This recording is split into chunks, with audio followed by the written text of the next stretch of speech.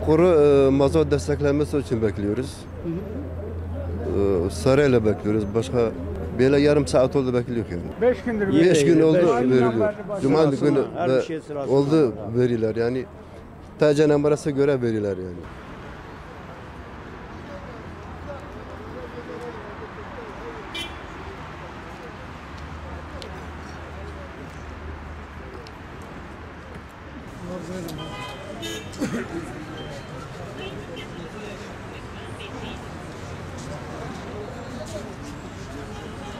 Dönümümüz var.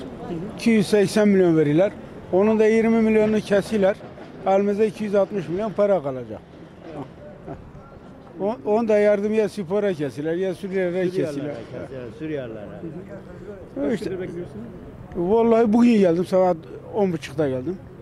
Saat 12'ye geleyim. Ama TC'nin şeyine göre dağıdılar.